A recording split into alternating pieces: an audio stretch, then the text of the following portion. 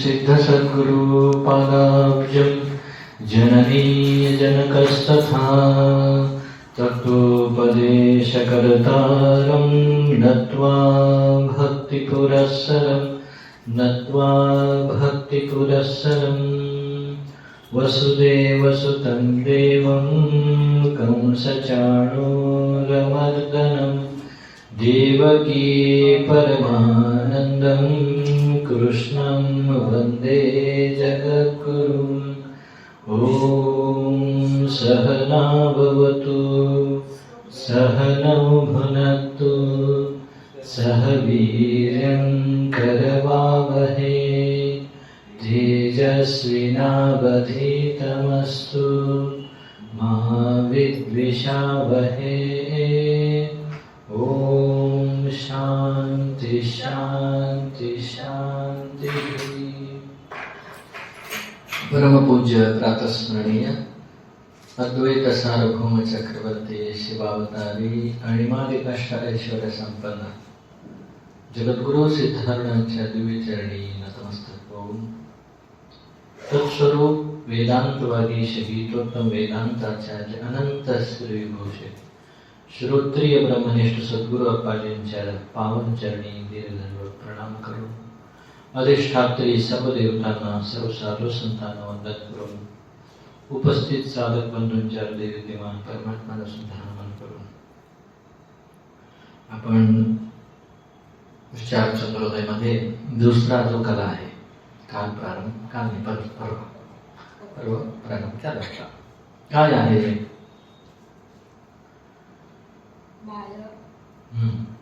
प्रपंच आरोप अपवाद म्हणजे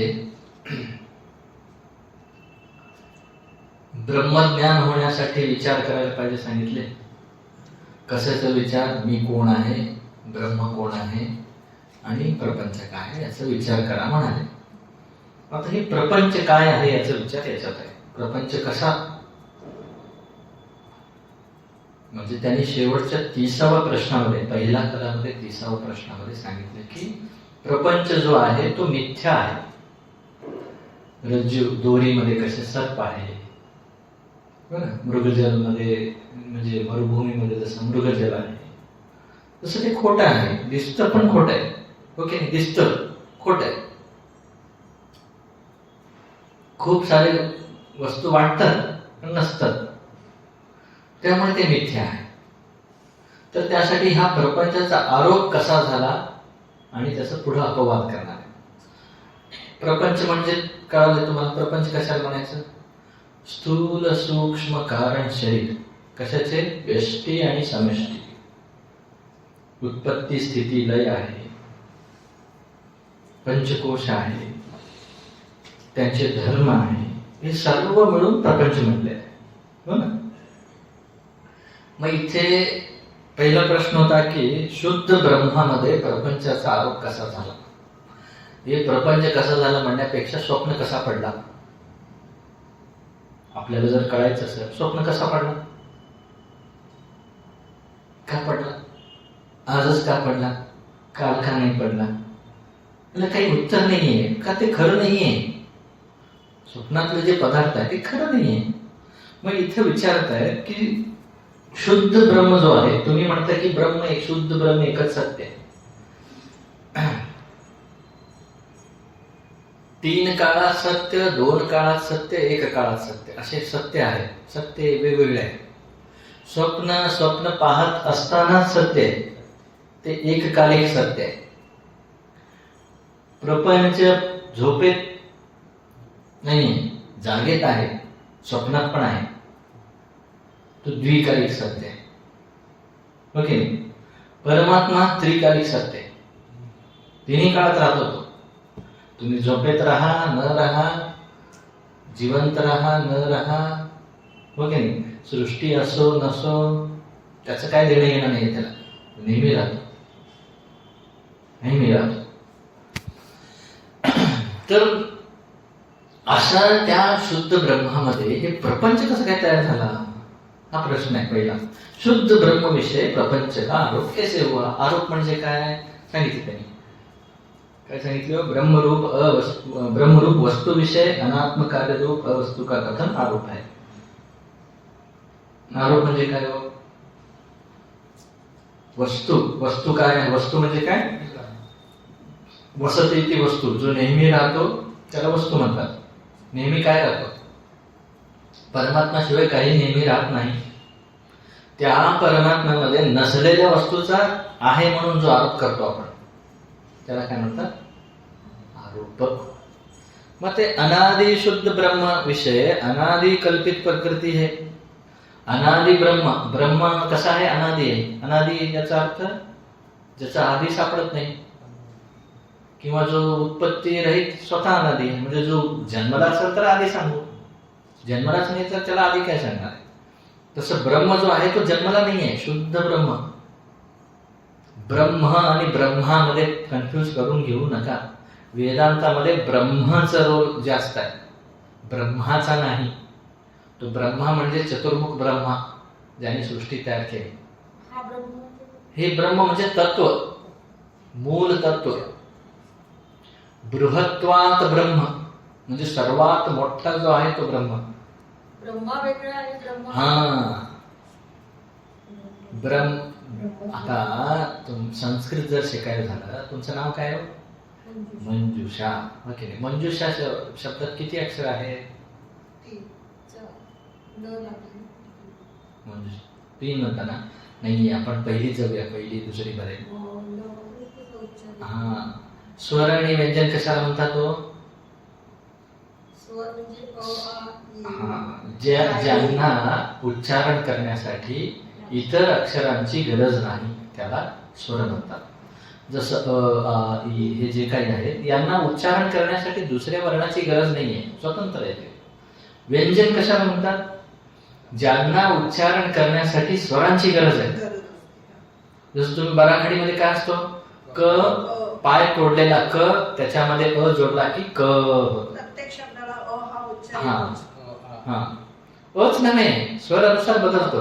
आता मंजुषामध्ये म, अम, ज, उ, जु, श, आ, मंजुषा.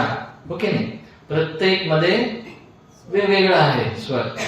मग इथे मंजुषामध्ये 6 अक्षर आहेत, 3 नाही 6 आहेत.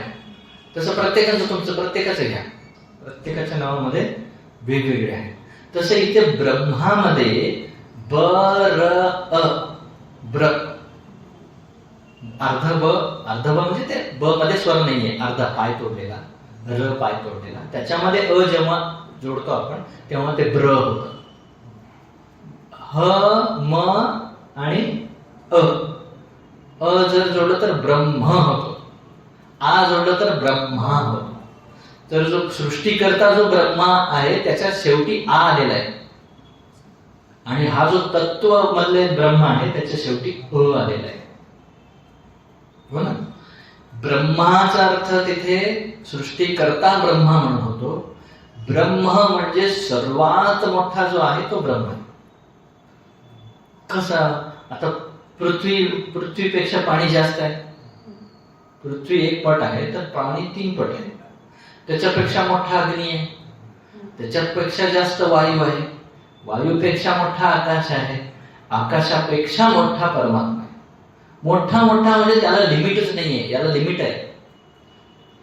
पृथ्वीला लिमिट आहे की बाउंड्री आहे की नाही? पाण्याला बाउंड्री आहे, अग्नीला बाउंड्री आहे, वायूला आहे, आकाशाला नाही म्हणतो पण त्याला पण आहे अध्यात्म दृष्टीने पाहायला गेलं तर. पण जर आत्माचं पाहायला गेलं तर त्याला बाउंड्रीच नाहीये. कणाकणामध्ये, सर्वांमध्ये, सर्वत्र त्याच्याशिवाय काही नाहीच आहे, त्याच्याशिवाय काही नाहीच आहे. मग तेवढ्या ब्रह्मामध्ये हा ब्रह्म, हे जे नेहमी आम्ही चर्चा करत असताना वेदांतामध्ये तो तत्व ब्रह्मच वापरतो. हे फिट करून घ्या.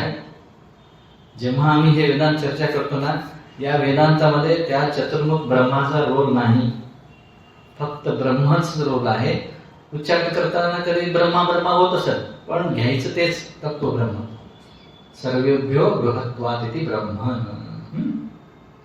तर अशा अनादि शुद्ध ब्रह्ममध्ये अनादि कल्पित प्रकृती झाली.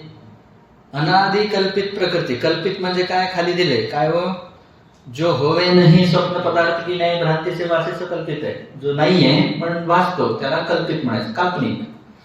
आणि अनादि इथं अनादि का म्हणाले प्रकृतीला, तर 36 नंबरवर दिले उत्पत्ति रहित वस्तू स्वरूप से अनादि है ऐसे शुद्ध ब्रह्म प्रकृती त्यांचा संबंध ईश्वर जीव, ईश्वर जीवामध्ये असणारा भेद, असे एकूण 6 जे आहे ते अनादि आहे. आणि प्रपंच जो आहे तो प्रवाहरूप अनादि आहे. कळलं आहे? काल झालेलं आहे सगळं, मी रिपीट करते पुन्हा पुन्हा, म्हणजे 2दा सांगितलं की जरा जास्त कळतं म्हणून. पुढे ही प्रकृती कशी झाली तिथं पहा काय म्हणतात. सो प्रकृती भेटला का तुम्हाला, शोधत आहे शेडेत आहे, नाही भेटला. पेज नंबर 21 वर 21 नाही 21 वर 21 काढा 21 वर वास्तव भेद रूप तिथं पहा काय उत्तर मध्ये, अनादि शुद्ध ब्रह्म के विषय अनादि कल्पित प्रकृति है. इस प्रकृति का ब्रह्म के साथ ही अनादि कल्पित तादात्म्य संबंध है. कई ये कल्पित भेद सहित वास्तव अभेद रूप संबंध है. भेटला. म्हणजे काय, ही प्रकृती आणि ब्रह्माची जी संबंध आहे ते अनादि आहे, कल्पित आहे. आणि कसं आहे, खरं जर पाहायला गेलं तर कल्पित भेद आहे पण वास्तव पाहायला गेलं तर अभेदच आहे. पाणी आणि पाण्याचे बुडबुडे वेगळे आहेत.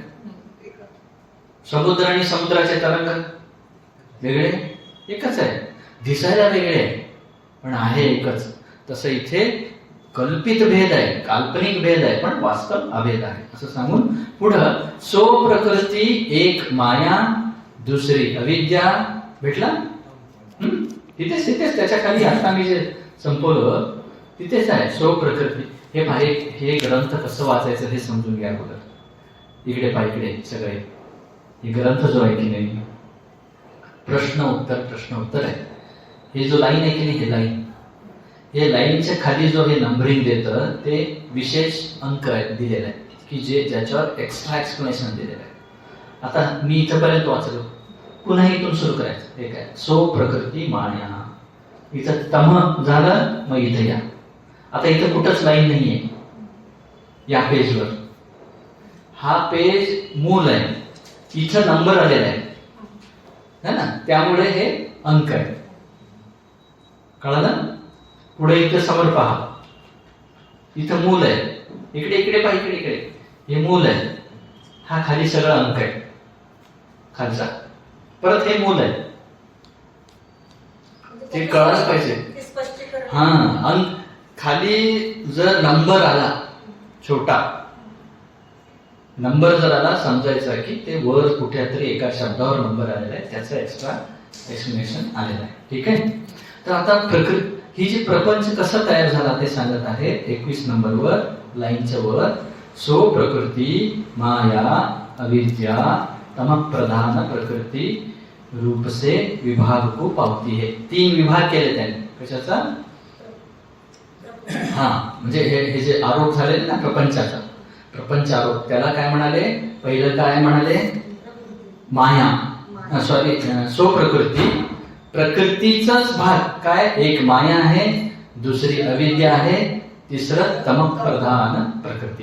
ती कळलं, माया अविद्या तमप्रधान प्रकृती. आता 3 में पहिलं जो शुद्ध सत्वगुण युक्त सो माया आहे. काय हो, पहिलं जो आहे 1 नंबर भेटला का तुम्हाला? म्हणजे मायाचं डेफिनेशन सांगत आहेत. कसं आहे हे, शुद्ध सत्वगुण युक्त आहे.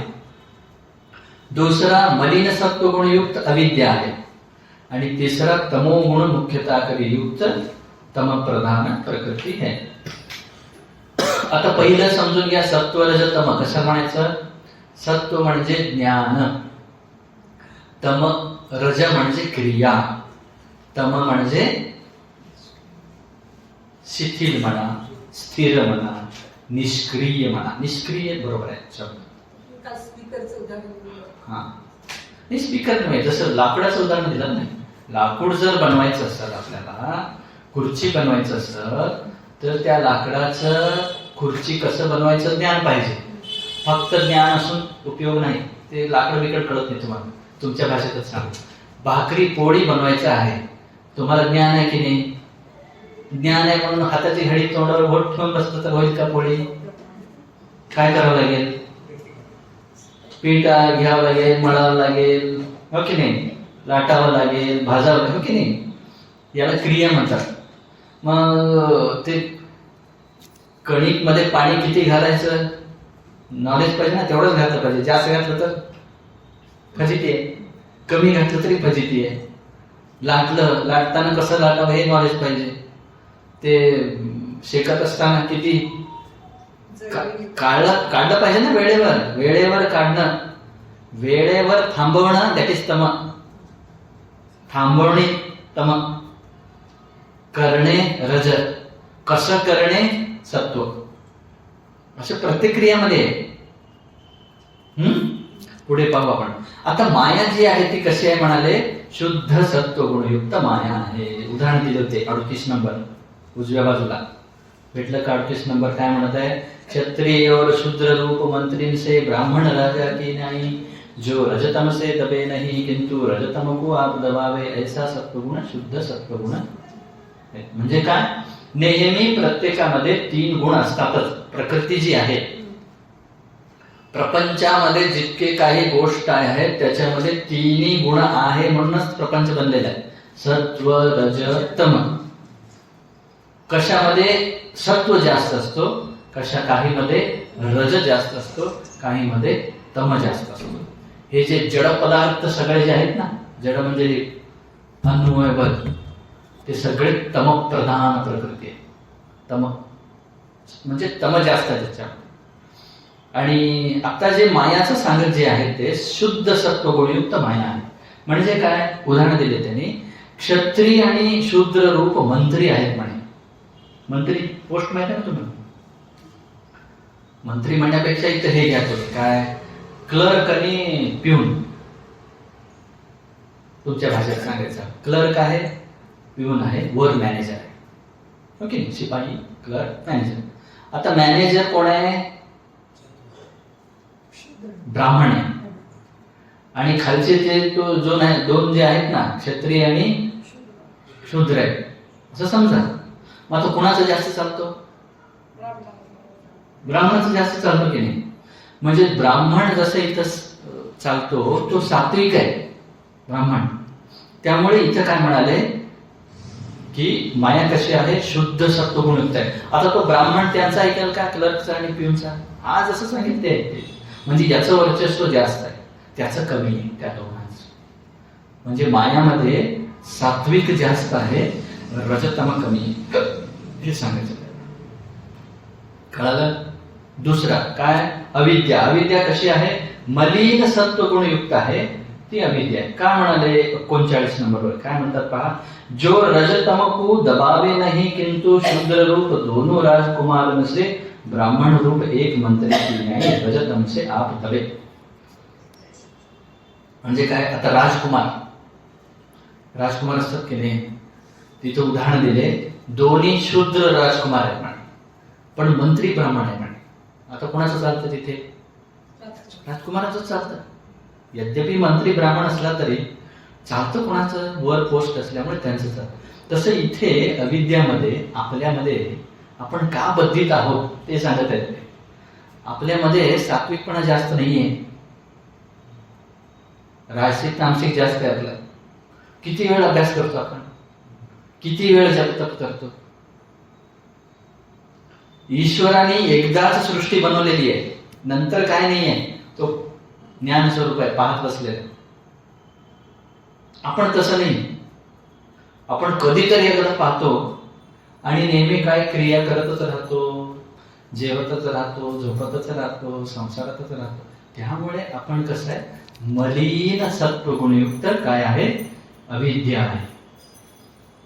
आणि तिसरं काय? जो तमो गुण की मुख्यता करे युक्त है सो तम प्रधान प्रकृती है. कसं आहे? हे जे आहेत ना, हे सगळे कापड, बेंच, खुर्च्या, हे सगळं दगड, माती, सगळं जे काही पाच भूतांनी हे जे काही आपलं शरीर, जीव व्यतिरिक्त जे आहे ते सगळं काय आहे? तम प्रधान आहे. तम म्हणजे काय? ते क्रिया सुद्धा करू शकत नाही. आपण क्रिया तरी करू शकतो, यायचं जायचं करू शकतो, हो की नाही? त्यांना ते पण नाही. आपलं जे तमत आहे ना, तिन्ही गुण आहे प्रत्येकामध्ये. प्रत्येक ते सांगितलं हो. नाही नाही, म्हणजे तम काहीच नाही करू शकत म्हणजे ते. म्हणजे मानव प्राण्यामध्ये पण हे 3 गुण आहेत. मग तिथे काय धरायचं? कुठे? तुम्ही हे 3 सांगितलं गुण आहेत ना. एकटे एकटे एकटे हा आता एकटे. तुम्ही सांगितलं की तम हा काहीच नाही करू शकत, हा है ना? मग आपल्या ज्या तिन्ही गुण आहेत आपण तर तम करतच असेल ना. नाही म्हणजे इथे 3 असे सॉलिड वस्तू नाही आहेत. ते गुण आहे. गुण आहे, तो चेंजेबल असतो. आता तुम्ही आता ऐकत आहे ना, म्हणजे आता काय सत्वगुण जास्त आहे. तुम्ही ऐकत लिहू लागला, सत्व प्लस रज आहे. बसला तम आहे.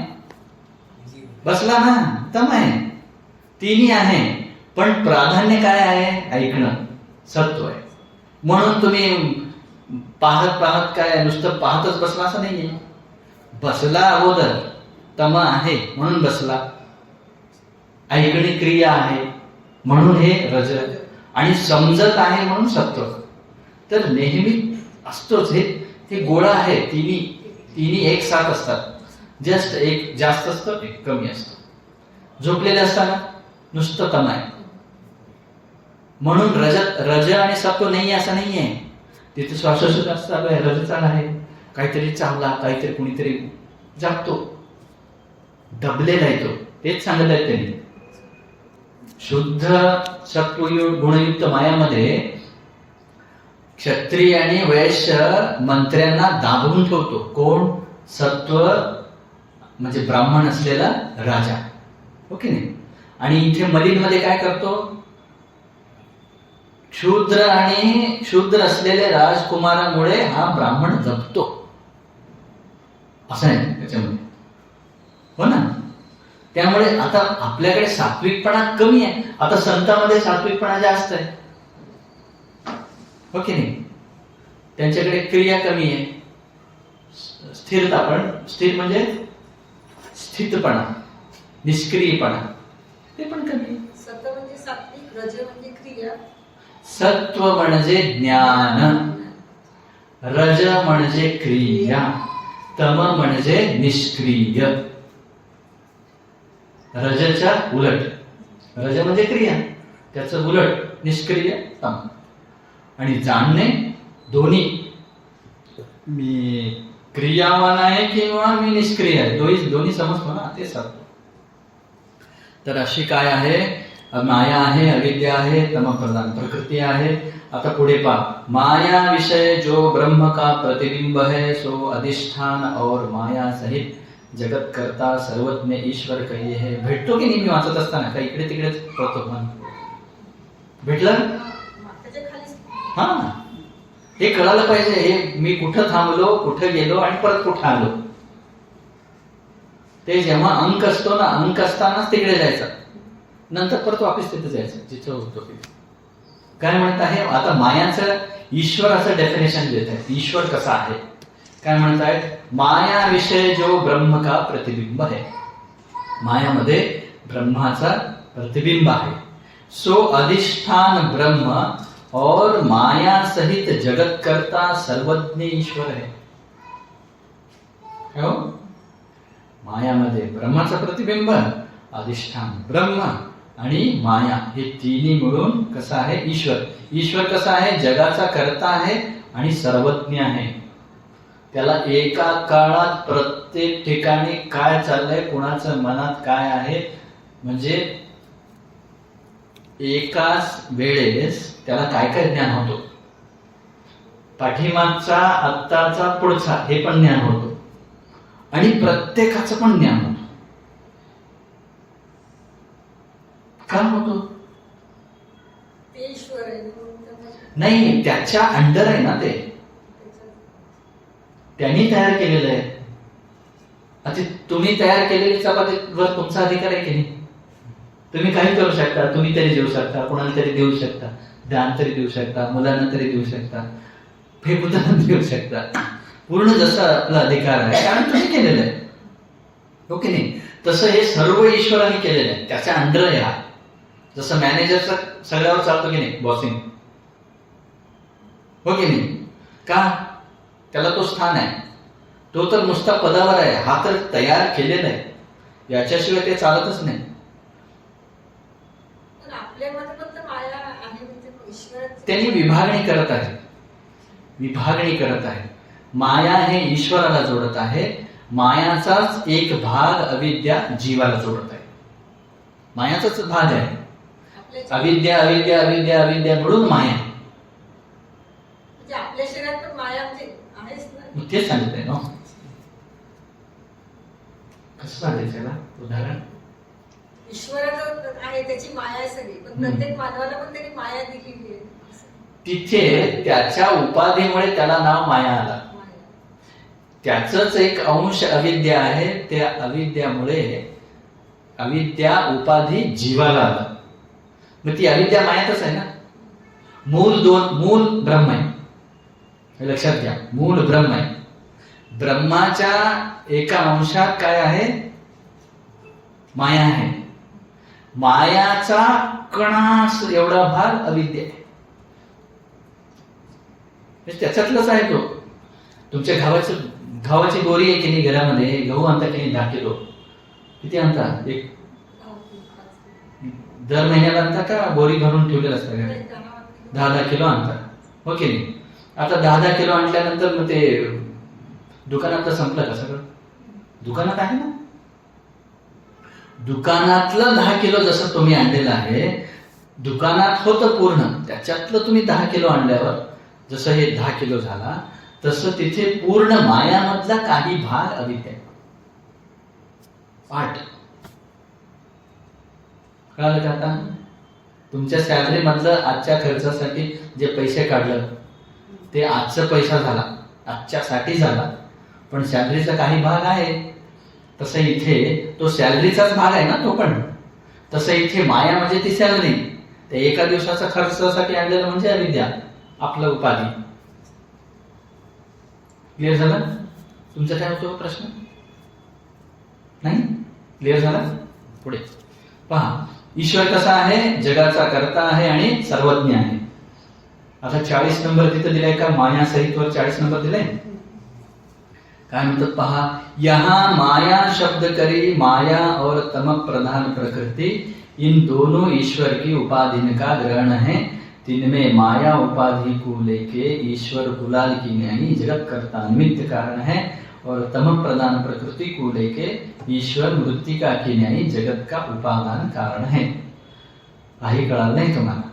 अगोदर उपादान कारण निमित्त कारण हे समजून घ्या. उपादान कारण म्हणजे काय? कल्पना करू नका, अगोदर ऐका. कल्पना करू नका. कल्पना केलं की त्याला पोसायला परत आवड जातो. अगोदर ऐका, मग शंका आलं तर विचार. तुम्ही तुमच्या भाषेतच सांगू. ही शास्त्रीय भाषा काय? मडकं, मृत्तिका. आता जसं अगोदर शास्त्रीय भाषा सांगू आपण. एक मडकं बनवायचं आपल्याला. काय पाहिजे त्याला? माती पाहिजे, तयार करणारा व्यक्ती पाहिजे, पाणी पाहिजे, ते माती आणायला गाढव पाहिजे, ते माती मऊ झालं बाबा, चिखलाचा गोळा झाला, चक्र पाहिजे, चक्र फिरवायला एक दंड पाहिजे, हो की? एवढं सगळं पाहिजे की नाही? पण जे ज्याच्याशिवाय मडकं बनूच शकत नाही असा गोष्ट काय? माती, हो की नाही? आता मातीचं मडकं बनलं, बाकीचं हे गाढव मेला, बनवणारा मेला, चक्र तुटला, दंड हरवला, मडक्याला काय होणार आहे का? म्हणजे जी वस्तू बनवली त्याची उत्पत्ती बनवण्याच्या पूर्वी, बनवण्यानंतर आणि ती वस्तू गेल्यानंतर सुद्धा जी राहते, म्हणजे उत्पत्ती स्थिती लय तिन्ही वेळेस जो राहतो त्याला उपादान कारण होतं. माती. मडकं बनण्यापूर्वी पण माती होतं, मडकं बनल्यावर पण माती आहे, मडकं तुटल्यावर पण माती आहे. माती हे उपादान कारण आहे, म्हणजे ज्याच्याशिवाय तो वस्तू राहूच शकत नाही, ते उपादान कारण. निमित्त कारण म्हणजे काय, ते बनण्यासाठी त्याचा उपयोग आहे. नुसतं मातीने मडकं होणार नाही. काय पाहिजे, गाढवावर लादून माती आणावं, आणल्यानंतर होतो का, पाणी आणण्यासाठी एक व्यक्ती पाहिजे. समजा त्या बनवणाऱ्या, काय म्हणता तुम्ही त्याला, कुंभाराची पत्नी पाणी आणली समजा, गाढवाने माती आणलं, हो की नाही. आता त्याला ते तुडवावं लागतं. तुडवलं कोणी, कुंभारनी, हो की नाही. चक्र होतं, त्याला दंड पाहिजे, त्याला फिरवलं कोणी, कुंभाराने, आणि ते बनलं, हो की नाही. हे सगळे तयार होण्यासाठी सगळे निमित्त कारण. कळालं का हे? तसं इथं काय सांगत आहेत की इथे काय म्हणाले, माया सहित जगत करता सर्वज्ञ ईश्वर आहे असं म्हटले ना ते. आता ते सांगतायत, यहाँ माया शब्द करी माया और तम प्रधान प्रकृति इन दोनों ईश्वर की उपाधि का ग्रहण है. म्हणजे इथं ईश्वराला दोन उपाधी आहेत, एक माया, दुसरा तम प्रधान प्रकृति. माया उपाधि को लेके ईश्वर कुलाल की न्याय जगत का निमित्त कारण है. या जगाला कोणी बनवलं, ईश्वराने बनवलं. त्या ईश्वर जो आहे तो माया जर उपाधी घेतलं तर तो ईश्वर काय आहे, जगाचा निमित्त कारण आहे. निमित्त कारण आहे. पुढे काय सांगतात, तम प्रदान प्रकृति को लेके ईश्वर मृत्तिका की न्यायी जगत का उपादान कारण है. म्हणजे काय हो, त्याच आता प्रत्येक कणाकणामध्ये ईश्वर आहे. म्हणजे जसं ते इथे अवघड काय माहितीये का, उपादान कारण आणि निमित्त कारण एकटाच आहे. तिथे माती वेगळा होता आणि कुंभार वेगळा होता, दोघे होते. इथं समस्या काय आहे, ईश्वरच आहे फक्त, ईश्वर व्यतिरिक्त काही नाही आहे. त्याला उदाहरण देतात, तुम्ही हे जाळं बनवणारं पाहिलं, किडा, कोळी, हो की नाही. ते कोळी कशाने हे बनवते हो जाळं, स्वतःच्या लाळे, हा, स्वतःच्या लाळेनेच, हो की नाही. स्वतःच्या लाळेनेच बनवून स्वतःच्या लाळेला ते पिंजऱ्यात स्वतःच बसते, बरोबर आहे. म्हणजे ते बनवणाऱ्याला उपादान कारण काय झालं, त्याला उपादान कारण म्हणजे काय, ज्याच्याशिवाय ते राहू शकत नाही. जाळ्याला उपादान कारण कोण आहे, कोळीच आहे. निमित्त कारण कोण आहे, कोळीच आहे, हो की नाही. वेगवेगळं आहे का. तसं इथं पण ते जे आता ही जी प्रकृती झाली, प्रकृती बनवायला ईश्वर आहे, तिथं माया घेतले उपादान कारण. फक्त नाव बदलता येते. माया उपादान कारण असल्यामुळे ईश्वर जगाचा कर्ता झाला. जेव्हा तमप्रधान प्रकृती घेतो तेव्हा ईश्वर जो आहे निमित्त कारण झाला. कळालं का हे. ते कोळीचं जर उदाहरण पकड ठेवलं ना, एक समजतं. कळालं. पुढे जायचं. हे घेऊन काय करायचं मी फक्त समजून घ्या, जास्त खर्च करायचा नाही डोक्याच्या. पुढे पहा, इकडे या डाव्या बाजूला. अविद्या में जो ब्रह्म का प्रतिबिंब है सो अधिष्ठान कूटस और अविद्या सहित भोक्ता अल्पज्ञ जीव कह्य है. म्हणजे वर सांगितलेलं आहे अविद्या म्हणजे काय, मलिन सत्वगुण सांगितलं होतं ना. ते अविद्यामध्ये ब्रह्माचं प्रतिबिंब, अधिष्ठान ब्रह्म आणि अविद्या सहित भोक्ता, भोगणार आहे. आणि काय, अल्पज्ञ. आपण जीव आहे की नाही, जीव आहो. का अल्पज्ञ आहे आणि का भोक्ता आहे हो.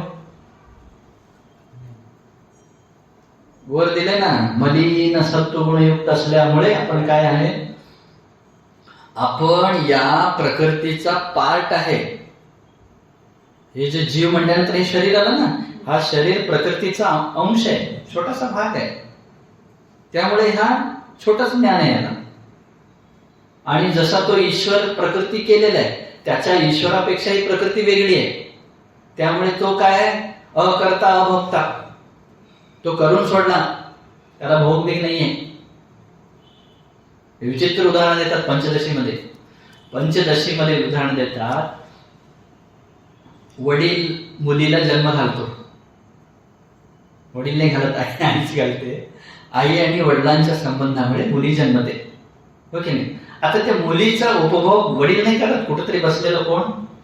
जावई करतो, हो की नाही? तसा इथं ईश्वर प्रकृती बनवला, त्याला काही देणार नाहीये. काय त्याचा फायदा आहे का त्याला? त्याला आपल्यासाठी बनवला. हे फळं बिळं झाडं बिडं कोणी बनवलं? देवानी बनवलं. तो खातो का? आपल्यासाठी बनवलं. म्हणून तो अकर्ता आहे, अभोक्ता आहे.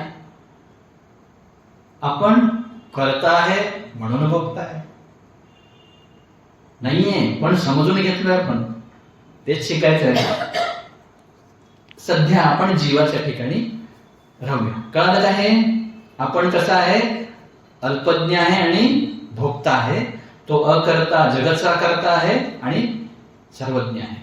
ठीक आहे, पुढे जायचं. कुणाला काही शंका नाही ना? सो ईश्वर और जीव भी अनादि कल्पित है. मागे सांगितले होते ना, काल्पनिक काय काय आहे सगळं सांगितले होते. त्याच्यामध्ये काय सांगत आहेत? ईश्वर आणि जीव सुद्धा अनादि कल्पित आहे. तिनमें ईश्वर की उपाधि माया एक है और आपेक्षिक व्यापक है. इससे ईश्वर भी एक है और व्यापक है. आता आपेक्षिक व्यापक वर त्यांनी 41 नंबर दिलेले आहे. त्याच्या अगोदर हे समजलं का पूर्ण? ईश्वर आणि जीव हे अनादि कल्पित आहे. त्याच्यामध्ये ईश्वराची उपाधी माया एकच आहे. माया एक असल्यामुळे ईश्वर पण एक आहे.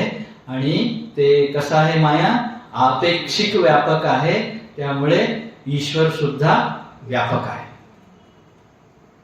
काय म्हणत आहेत पहा, मायाला आपेक्षिक व्यापक म्हणत आहेत, ईश्वराला व्यापक म्हणत आहेत. आपेक्षिक व्यापक म्हणजे काय? एकाच्या अपेक्षाने. अगोदर हे वाचू काय दिले पहा, 41 नंबर काय म्हणताय? जो किसी का अपेक्षा से व्यापक होवे और किसी की अपेक्षा से परिच्छिन्न होवे, सो आपेक्षिक व्यापक कहिए है. जैसे ग्रह जो है सो घटादिक की अपेक्षा से व्यापक है और ग्राम की अपेक्षा से परिच्छिन्न है, याते आपेक्षिक व्यापक है. तैसे माया भी पृथ्वी आदि की अपेक्षा से व्यापक कहिए, अधिक देशवर्ती है और ब्रह्म की अपेक्षा से परिचिन्न है, याथे आपेक्षिक व्यापक है. व्यापक शब्दाचा अर्थ काय? मोठा. व्यापक शब्दाचा अर्थ मोठा. आता हा जो माझ्या समोर टेबल आहे, हा टेबल पेक्षा हे जे रूम आहे मोठा आहे. मोठा आहे का छोटा आहे? टेबल पेक्षा रूम मोठी आहे, टेबल छोटा आहे. रूम है बाहेरच्या मठापेक्षा लहान आहे की नाही? मठ आकाशापेक्षा म्हणजे एकाच्या अपेक्षाने मोठा आहे, दुसऱ्याच्या अपेक्षाने छोटा आहे. याला आपेक्षिक व्यापक म्हणतात. कळलं? हे क्लिअर झालं? तसा हा जो माया आहे ना, माया हे पंचमहाभूतापेक्षा मोठी आहे, ब्रह्मापेक्षा छोटी आहे. ब्रह्म कन्फ्युजन नका. ब्रह्म आपल्या पूर्ण चंद्रोदयामध्ये त्या चतुर्भुत ब्रह्माचा काही रोल नाही. ब्रह्म म्हणलं की तो शुद्ध चैतन्य ब्रह्मच घ्यायचा. कळालं काय? इथं काय म्हणाले? माया भी पृथ्वी आदि की अपेक्षा से व्यापक है और अधिक देशवर्ती है और ब्रह्म की अपेक्षा से परिचिन्न है. कुठं डाऊट आहे कोणाला? पुढे जायचं. कुठं आलो आता? Page number 24. जीव की उपाधि अविद्या नाना है और परिच्छिन्न है, तिसते जीव भी नाना है और परिच्छिन्न है. जसं उपाधी जसं लागते ना तसं होतो. तुमचं गाडी छोटी आहे म्हणजे तुम्ही छोटे झाले. तुमचे कपडे, आता तुम्ही कपडे नेसता की नाही, दुकानात जाता तुम्ही, कपड्याचे नंबर आहेत की नाही, मग ते कोणता नंबर आहे त्याप्रमाणे तुमचा शरीर आहे, बरोबर आहे की नाही? इथं काय म्हणत आहे, जीवाची उपाधी जी आहे ही अविद्या आहे आणि नाना आहे. उपाधी जी आहे छोटी छोटी छोटी छोटी आहे. आता तुमच्या शरीराला तुमची उपाधी, यांच्या शरीरात यांना यांचे शरीर उपाधी, तुम्हाला तुमचं शरीर उपाधी, असं प्रत्येकाचं वेगवेगळं आहे की नाही? हे वेगवेगळं नाना असल्यामुळे जीव पण नाना आहे, ते सांगत आहेत. कळलं का? कळलं? अविद्या नाना असल्यामुळे जीव पण नाना आहे. ते उदाहरण दिलं होतं बघा मी सुरुवातीला, मागच्या कल्यामध्ये सूर्य होता, मडकं, छोटे छोटे मडके भरून ठेवलेले आहे पाण्याने, त्याच्यामध्ये सूर्याचं प्रतिबिंब पडलेलं आहे. ओके, मडके अनेक अनेक आहेत, समुद्र एक आहे, बरोबर आहे? हाजी, प्रतिबिंब एकच. त्याच्यात जाऊ नका. उपाधी, आपण उपाधीची चर्चा करताय सध्या. उपाधी काय चर्चा करताय? तिथं समुद्राचं पाणी एकच आहे, एकच आहे, समुद्र एक आहे. समुद्राचं पाणी काय असो, समुद्र एक आहे. इथे मडकं अनेक आहेत, कळलं ना? इथं मडकं अनेक असल्यामुळे त्याच्यामध्ये पाणी वेगवेगळं आहे, त्याच्यामध्ये पडणारं प्रतिबिंब वेगवेगळं आहे. समुद्रामध्ये पडणारं प्रतिबिंब एकच आहे, का? समुद्र एक आहे. कळलं? तेच सांगत आहे तिथे की जीव की उपाधि अविद्या नाना है, परिचिन्न है, ताते जीव भी नाना है और परिचिन्न है. तीन जीव ईश्वर का अनादि कल्पित भेद है. आता जीव आणि ईश्वर एक आहे का हो? नाही आहे. हे कधीपासून माहित नाही. माहित नाही म्हणजे अनादि कल्पित भेद है. सृष्टि से पूर्व सो जीव की उपाधि अविद्या जीवन के कर्म सहित माया विषय लीन हुई के रहती है.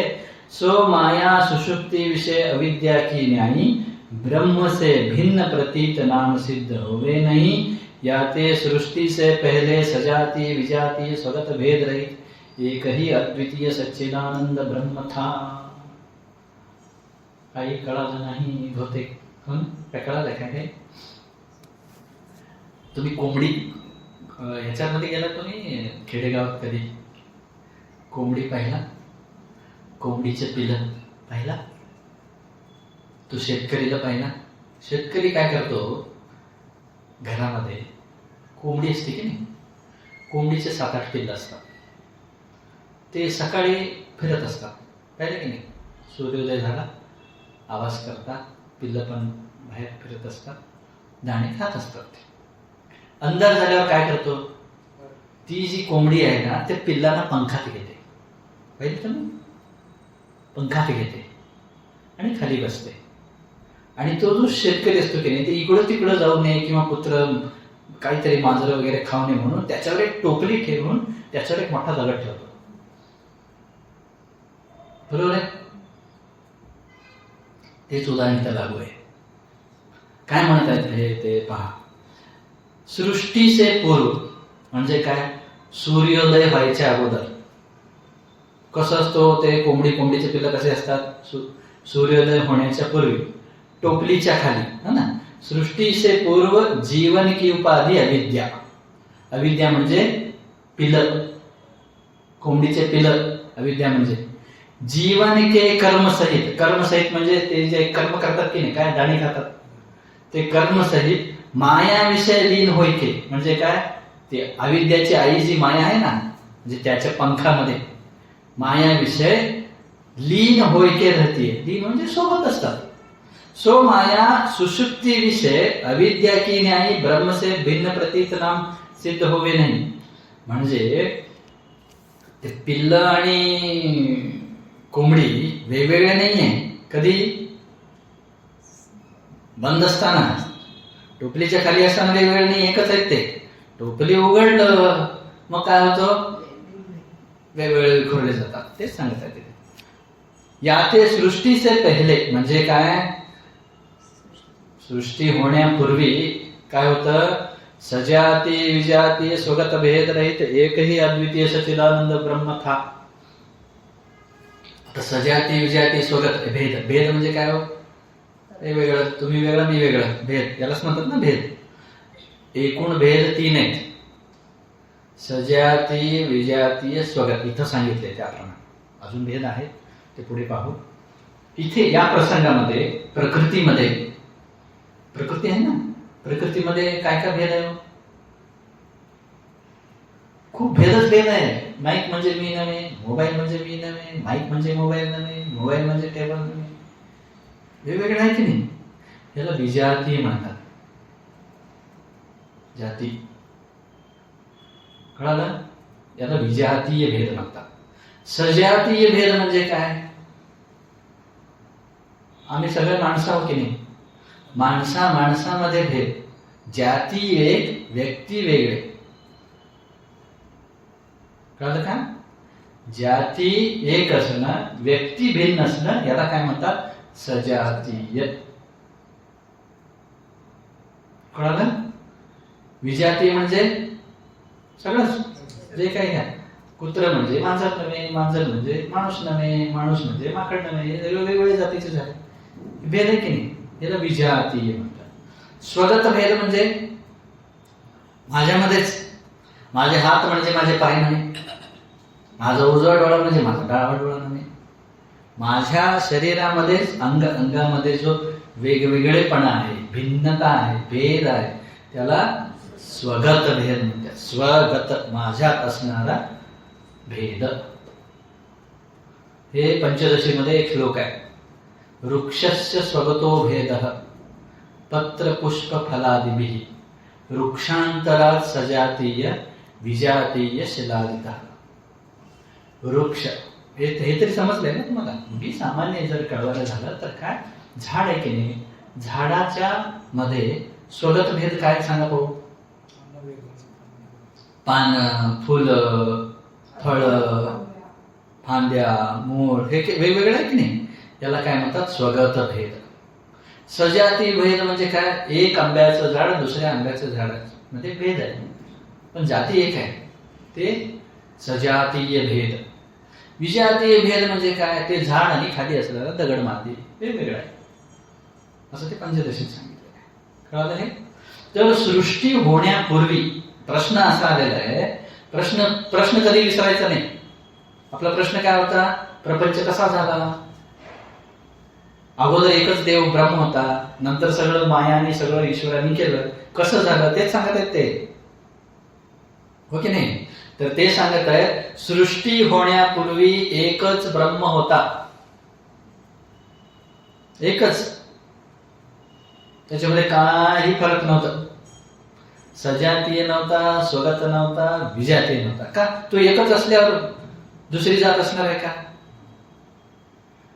हे थोडं जरा ब्रेनला जरा ताण देण्यासारखं आहे. काय?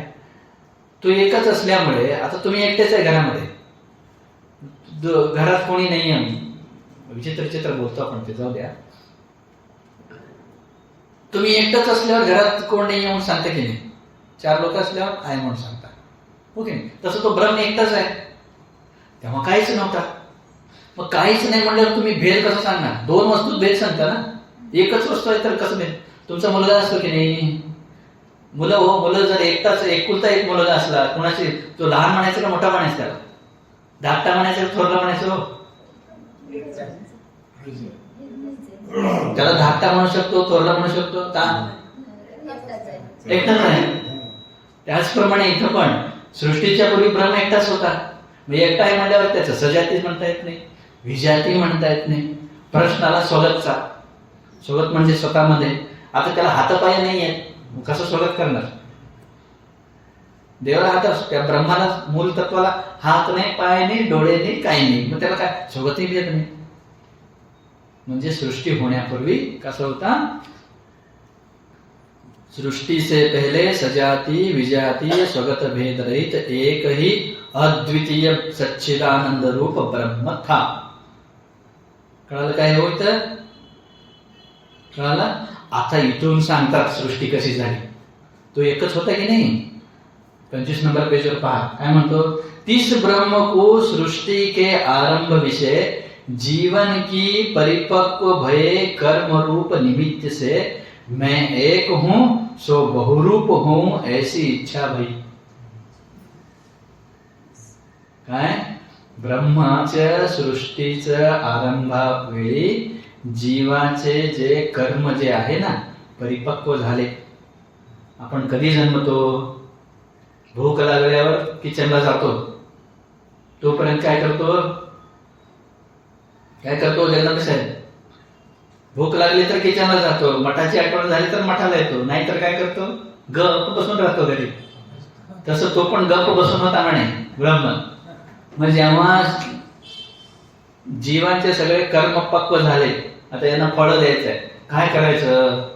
मग तो काय केला, मी एक आहे ना अनेक हो असा संकल्प केला. मी एकच आहे ना अनेक हो असा संकल्प केला, इच्छा केला. इच्छा केल्यानंतर काय झालं, तीस इच्छा से ब्रह्म की उपाधी माया विषय क्षोभ होय के. त्या इच्छा केल्यामुळे जी माया होती ना ती माया जी आहे क्षोभ झाली. क्षोभ झाली म्हणजे कसं आहे, जी गर्भिणी स्त्री असते की नाही, गर्भिणी स्त्री प्रसव झाली, तसं माया क्षोभ होऊन काय झालं होय के क्रम असे. अगोदर काय उत्पन्न झालं? आकाश, त्याच्यानंतर वायू, त्याच्यानंतर तेज, त्याच्यानंतर जल, त्याच्यानंतर पृथ्वी. ये पंचमहाभूत उत्पन्न हुए. कळलं का? अगोदर शुद्ध ब्रह्म होता, हो की नाही? जीवांच्या कर्म जेव्हा पक्व झाले त्यावेळेस माया क्षोभ झाली.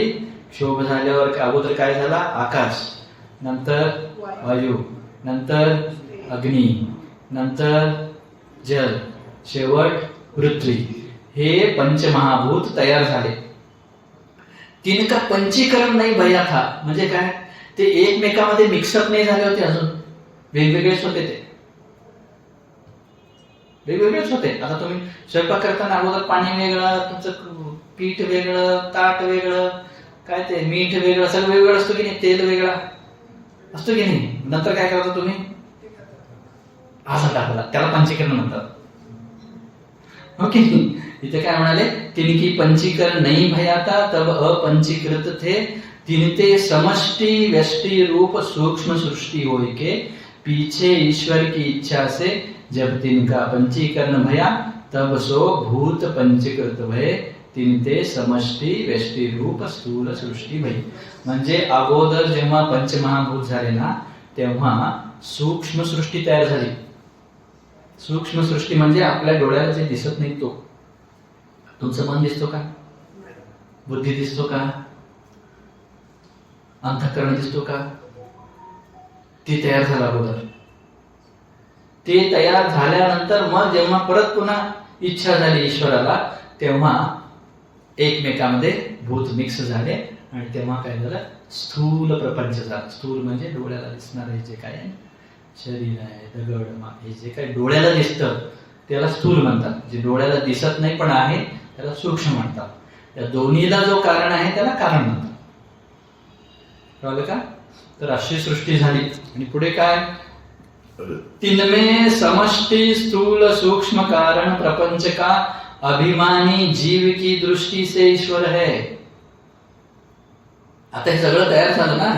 तयार झाल्यानंतर जीवाच्या दृष्टीने या प्रपंचाला कोणीतरी एकटा तयार केलेला आहे म्हणून तो ईश्वर झाला. कोण? ब्रह्मच. लक्षात ठेवा, हे इथूनच शास्त्र सुरू होतो. अगोदर शुद्ध ब्रह्म होता, हो की नाही? त्याच्यानंतर जीवाच्या कर्मामुळे क्षोभ होऊन सगळं सृष्टी तयार झाली. मग त्याच्यामध्ये जो जीव आहे जीवाच्या दृष्टीने तो ईश्वर झाला. कोण? ब्रह्मच. त्याच्या दृष्टीने नाहीये. त्याला बुद्धी विद्धी हात पाय कान जन्म मरण काही नसल्यामुळे त्याला काहीच नाही.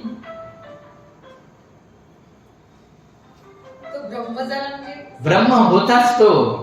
आपल्या दृष्टीने त्याला ईश्वर नाव झालं. आता उदाहरण कसं सांगायचं?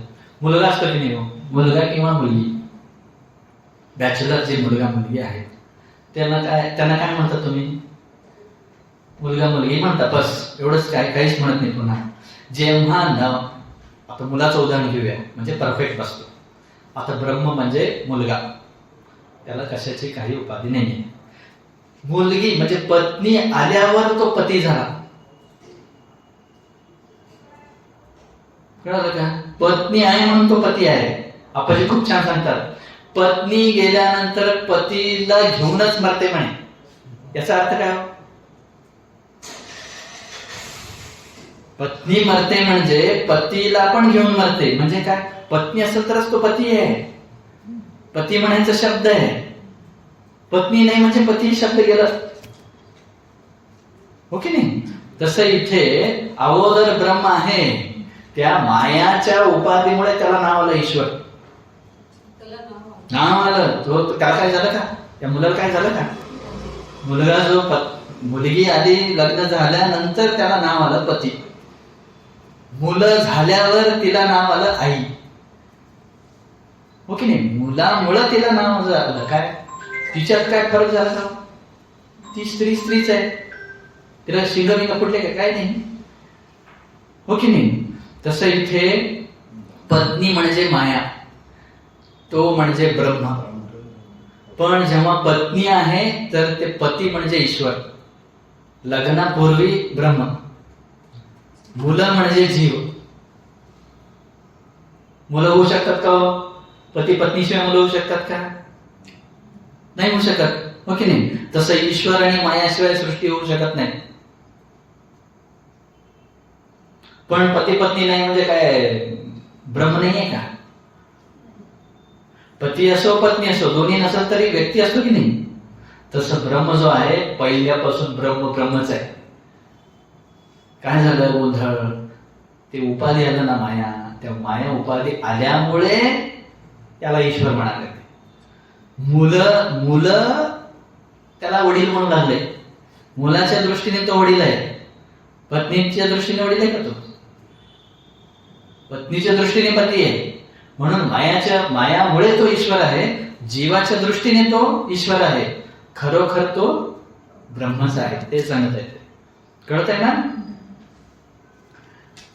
जीव की दृष्टि से ईश्वर है और व्यष्टि स्थूल सूक्ष्म कारण अप्रपंच का अभिमानी, कारण का प्रपंच का अभिमानी जीव है.